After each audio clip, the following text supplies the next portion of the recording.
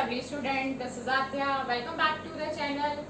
आज की वीडियो में हम कंटिन्यू कर रहे हैं वही एक्सरसाइज 2.5 और chapter 2 of 9th class polynomials का क्वेश्चन नंबर 10. हम प्रीवियस वीडियो में क्वेश्चन नंबर 9 कर चुके हैं, उसी से रिलेटेड है क्वेश्चन नंबर 10 क्योंकि सेम आइडेंटिटीज यहाँ पर इस्तेमाल होने जा रही हैं. तो मैं बोर्ड पर क्वेश्चन लिख रही हूँ आपके लिए. क्वेश्चन नंबर 10 है ये एक्सरसाइज 2.5 का और क्वेश्चन अब है फैक्टराइज और दोनों पार्ट्स में यहाँ पर लिख रही हूँ और आपको बताऊंगी कि कैसे पता चलेगा कि यहाँ पर कौन सी आइडेंटिटी एप्लीकेबल है. ये है हमारा फर्स्ट पार्ट और ये है हमारा सेकेंड पार्ट.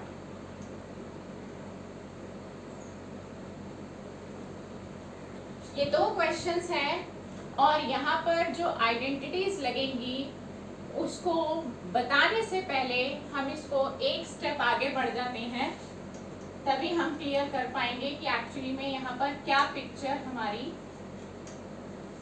दिखाई दे रही है. मैंने फर्स्ट पार्ट कॉपी कर लिया है.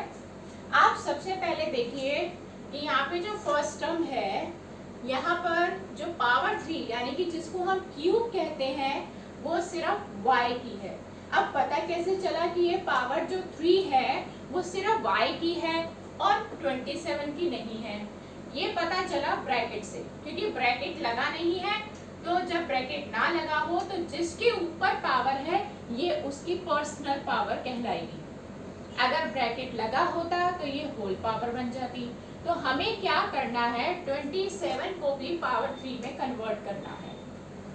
अगर आप डायरेक्ट कर सकते हैं तो आपको पता होगा 27 जो है वो 3 का क्यूब होता है. 3 3 9, 9 3 27. तो हमने यहाँ पर लिख दिया 3 का क्यूब. मैं एक स्टेप एक्स्ट्रा आपको करके दिखाऊंगी. मैंने इसको पहले कन्वर्ट किया 3 का क्यूब इंटू वाई का क्यूब. इंटू कहाँ से आया? एक नंबर और वेरिएबल के बीच में जब कोई साइन ना हो तो वहां पर मल्टीप्लाई का साइन होता है. 125 इस तरह से ही जैसे हमने यहाँ पर किया वैसे हम यहाँ पर भी देख रहे हैं, सेम सिचुएशन है. 125 जो है वो 5 का क्यूब होता है. 5 5 25, 25 5 125. तो ये हमने लिख दिया 5 का क्यूब इंटू जेड का क्यूब. राइट. अब हमने एक स्टेप यहाँ पे एक्स्ट्रा आपको पूरा एक्सप्लेन करने के लिए मैंने करके दिखाया, नहीं तो आप डायरेक्ट भी कर सकते हैं. अब हमने क्या करना है, देखिए दोनों की पावर सिमिलर है, 3 3 है, तो मैं इनके बेसिस को कंबाइन कर दूंगी इस तरह से. 3 इंटू वाई 3y का होल क्यूब बन जाएगा और यहाँ पे 5 इंटू जेड यानी कि 5z का होल क्यूब बन जाएगा. इस तरह से ये स्टेप आ गया.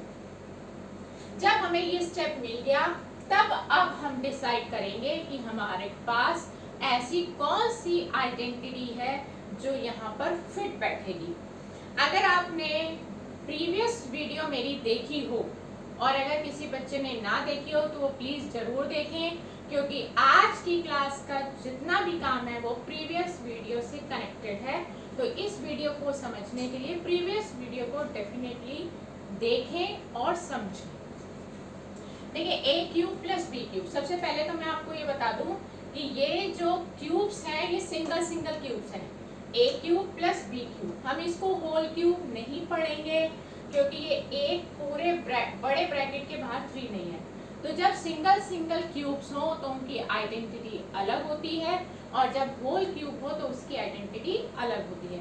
तो मैंने अपनी पिछली वीडियो में आपको ए क्यूब प्लस बी क्यूब को वेरीफाई करना भी सिखाया था कि उसकी आइडेंटिटी कैसे वेरीफाई करते हैं, उसको समझते कैसे हैं और उसको याद करने का तरीका क्या है. तो अगर आप फिर भी मैं आपको एक बार रिकॉल कर देती हूँ. हम जो यहाँ पर आइडेंटिटी इस्तेमाल करने जा रहे हैं, मैं डायरेक्ट ही यहाँ पे लिख रही हूँ आइडेंटिटी यूज्ड.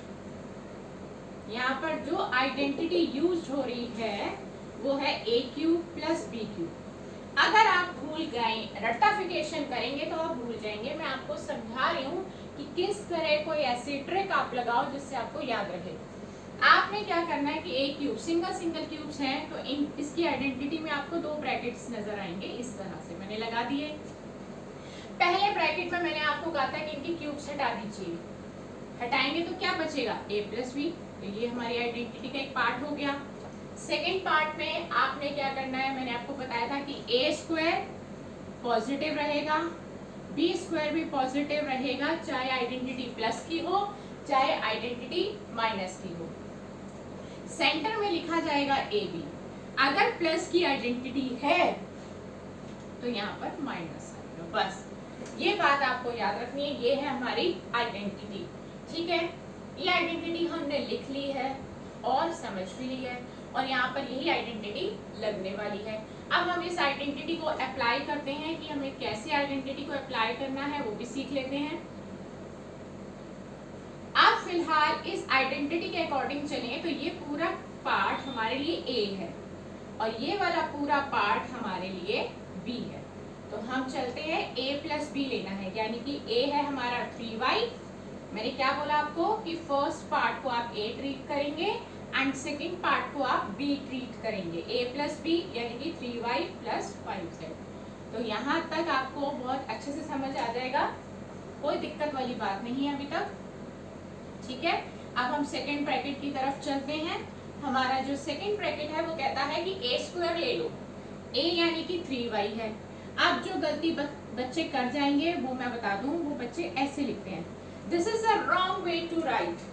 ये अभी जस्ट मैंने बताया कि जो पावर 2 है ये पूरे a की है, और आपने जो पावर 2 लगाई है वो सिर्फ y की नजर आ रही है कि y की पर्सनल हो गई।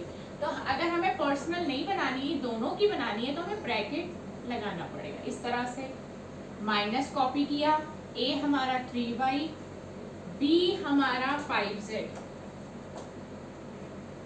प्लस कॉपी किया, b का स्क्वायर लेना है तो 5z का स्क्वायर लेंगे। तो ब्रैकेट मेंशन करना जरूरी है क्योंकि ये पावर दोनों की है, दोनों की पावर तभी मानी जाएगी जब आप ब्रैकेट लगाएंगे। तो अभी ये वाला ब्रैकेट ऐसे ही आपको कॉपी करना है क्योंकि ये दोनों अनलाइक टर्म है, ये दोनों टर्म्स अनलाइक है, तो ये ब्रैकेट पूरे का पूरा कॉपी हो रहा है। अब इसमें हम स्क्वायर्स को एक्सपैंड कर देते हैं। 3 का स्क्वायर होता है 9 और y का y स्क्वायर। अब ब्रैकेट लगाने की जरूरत नहीं है क्योंकि हमने ब्रैकेट ओपन कर दिया है। ठीक है, उल्टा अब ब्रैकेट अगर आप लगा देंगे तो आपका रॉन्ग हो जाएगा। इन दोनों टर्म्स को मल्टीप्लाई कर दीजिए, अनलाइक टर्म्स मल्टीप्लाई हो जाते हैं, ऐड और सब्ट्रैक्ट नहीं होते। ये बात पहले आपको डिस्कस की हुई है आपके साथ। 5 3 15 yz, ये आ गया yz, प्लस 5 का स्क्वायर 25 और z का z स्क्वायर, राइट। तो ये हो गए दो ब्रैकेट्स, और आप जरा सा चेक करिए कि ये जो तीनों टर्म्स हैं ये तीनों अनलाइक हैं, y square yz z square, तो ये ऐड और सब्ट्रैक्ट हो नहीं सकते। तो ये हमारे फैक्टर्स आ गए। और एक बात और आपको बतानी थी कि ये वाली जो राइट हैंड साइड है, ये जो राइट हैंड साइड है ये हमारी फैक्टर फॉर्म कहलाती है। ये फैक्टर फॉर्म है, यानी कि ये फैक्टर्स हो गए, और ये वाली फॉर्म हमारी प्रोडक्ट फॉर्म कहलाती है। ठीक है, कि हमें इसको क्लोज करना है, हम ये भी कह सकते हैं कि इसको हम क्लोज कर रहे हैं। ये हमारी क्लोज करने वाली फॉर्म है। ये इसको हम एक्सपैंडेड फॉर्म भी कह सकते हैं, फैक्टर फॉर्म भी कह सकते हैं। तो हमने एक्चुअली में इस क्वेश्चन के ये दो फैक्टर निकाल लिए हैं। तो ये क्वेश्चन हो गया हमारा कंप्लीट, और इस क्लास का आज आखिरी क्वेश्चन है, क्लास सेकेंड पार्ट, और ये क्वेश्चन कंप्लीट हो जाएगा हमारा। सेकेंड पार्ट हम क्यों कर रहे हैं, क्योंकि वहां पर माइनस की आइडेंटिटी अप्लाई करेंगे हम। तो अगर हमने प्लस की सीख ली है तो हमें माइनस की भी समझ में आ जाएगी और कॉन्सेप्ट भी हमारा क्लियर हो जाएगा। तो मैं एक बार कॉपी कर देती हूँ क्वेश्चन को, आप ध्यान से देखिए, बहुत इंपॉर्टेंट क्वेश्चन है, एग्जाम्स में आने के चांसेस रहते हैं इसके। यहाँ पर भी सेम सिचुएशन है, होल क्यूब नहीं है, ये जो पावर 3 है वो n की पर्सनल पावर है, हमें इसे होल क्यूब बनाने की कोशिश करनी है। 64 जो है वो 4 का क्यूब होता है, अगर आपको मालूम हो तो 4 4 जा 16, 16 4 जा 64 होता है। तो हमें इसको 4m का होल पावर 3 बना दिया। एक स्टेप हम स्किप कर गए हैं क्योंकि मैंने पिछले क्वेश्चन में उसको पूरा डिटेल में बताया था और अब आपको शायद समझ में आ गया है। 343 एक ऐसा नंबर है जिसको आप याद कर लें तो ज्यादा बेहतर है कि 343 एक ऐसा नंबर है जो डायरेक्टली 7 से ही डिविजिबल होता है और ये 7 का क्यूब भी होता है। तो ये हो गया हमारा 7n का क्यूब। इस तरह से a क्यूब, अब ये सिंगल सिंगल क्यूब्स हैं, तो जब सिंगल सिंगल क्यूब्स होते हैं तो उनकी आइडेंटिटी भी अलग होती है। होल क्यूब की आइडेंटिटी अलग होती है, सिंगल सिंगल क्यूब्स की आइडेंटिटी अलग होती है। तो जो आइडेंटिटी यहाँ पर यूज होने जा रही है मैं उसको यहाँ पर मेंशन कर रही हूँ। आइडेंटिटी यूज्ड, आइडेंटिटी हमेशा आपने लिख कर आनी है क्योंकि आइडेंटिटी लिखने के भी हमारे मार्क्स होते हैं। a cube minus b cube, देखिए a cube minus b cube, इसके जब आप आइडेंटिटी लिखेंगे यानी कि जो यहाँ पर आने वाले हैं वो फैक्टर कहलाते हैं। एक फैक्टर, दो फैक्टर। पहले फैक्टर की मैंने निशानी आपको बताई थी कि आप पहले क्यूब्स अपने मन में हटा दीजिए। अगर आप क्यूब्स हटाएंगे तो क्या बचेगा, a माइनस बी, वो आ गया आपका यहाँ पर। इस आइडेंटिटी में भी a स्क्वायर और b स्क्वायर हमारे पॉजिटिव है। इस तरह से बीच में हमारा ab ही आएगा, ये भी हमें मालूम है, लेकिन ab के सामने साथ में जो साइन आएगा वो डिपेंड करेगा, अगर माइनस की आइडेंटिटी है तो यहाँ पर प्लस आएगा। बस इतना सा ही फर्क है। आइडेंटिटी समझ के करोगे तो कभी नहीं भूलोगे। अब हम इसको अप्लाई कर देते हैं इस क्वेश्चन में। अब ध्यान से देखना हमें कैसे अप्लाई करना है। अब हमारे लिए 4m जो है वो a है और 7n जो है वो b है। तो जहां जहां आपको a दिखाई देगा वहां पे आपने 4m रिप्लेस कर देना है, जहां जहां b दिखाई देगा वहां पर 7n डाल देना है। इस तरह से a का स्क्वायर लेना है तो ये हो गया 4m का होल स्क्वायर। ब्रैकेट लगाना जरूरी है। अभी जस्ट पिछले क्वेश्चन में ही मैंने आपको बताया कि ये जो पावर 2 है वो दोनों की है, दोनों की तब पता चलेगी जब ब्रैकेट लगाएंगे। a b इनके बीच में कोई भी साइन नहीं है तो मल्टीप्लाई का होता है। a को रिप्लेस करके आपने 4m लेना है, b को रिप्लेस करके आपने 7n लेना है और b हमारा 7n है और उसका स्क्वायर लेना है। इस तरह से, राइट।